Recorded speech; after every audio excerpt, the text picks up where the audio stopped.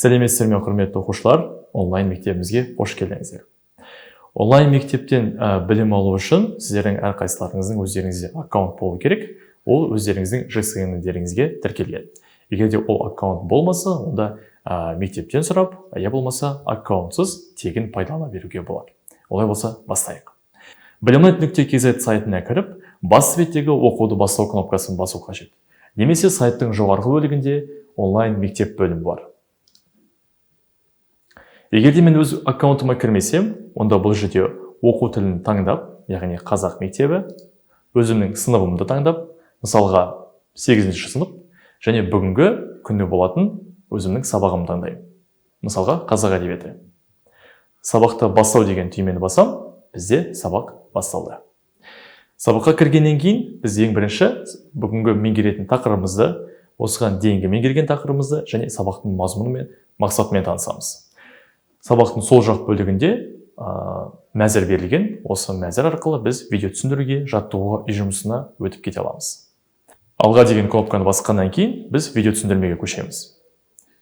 Бұлай немесе ойнату кнопкасы басталғаннан кейін біз осы жерден видео түсіндірмені көре аламыз.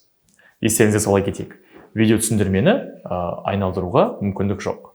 Тек қана бастан аяғына дейін көріп шығуыңыз тиіс. Одан бөлек видеоны көріп отырған кезде әрбір 3 минут сайын сіздің назарыңыз видеода болу үшін әртүрлі ескертпелер шығып отырады. Видеоны көріп болғаннан кейін бізде алға кнопкасы ашылады, келесі терезеге көшеміз. Бұл жерде осы тақырыпқа байланысты жаттығулар орындай аламыз. Жаттығуды орындағанда жұмсалатын әрбір мүмкіндікті сіздің мұғаліміңіз қадағалап отырады. Біз кез келген жаттығуды орындап көрейік. Тексеру нүктесін басамыз.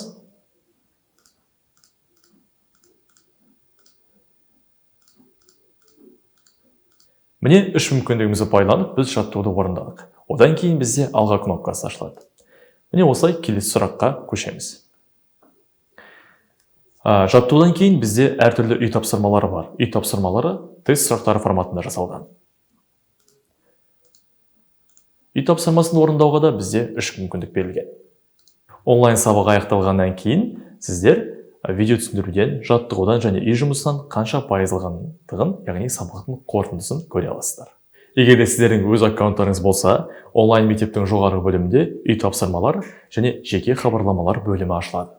Үй тапсырмалар бөлігінде пән мұғалімі немесе сынып жетекшісі оқушыларына үй тапсырмаларын беріп, және олардың орындалуын қадағалай алады.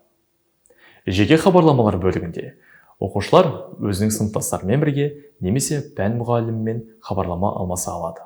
Назар аударыңыздар. Жеке хабарламалардың барлығын мектеп басшылығы көре алады.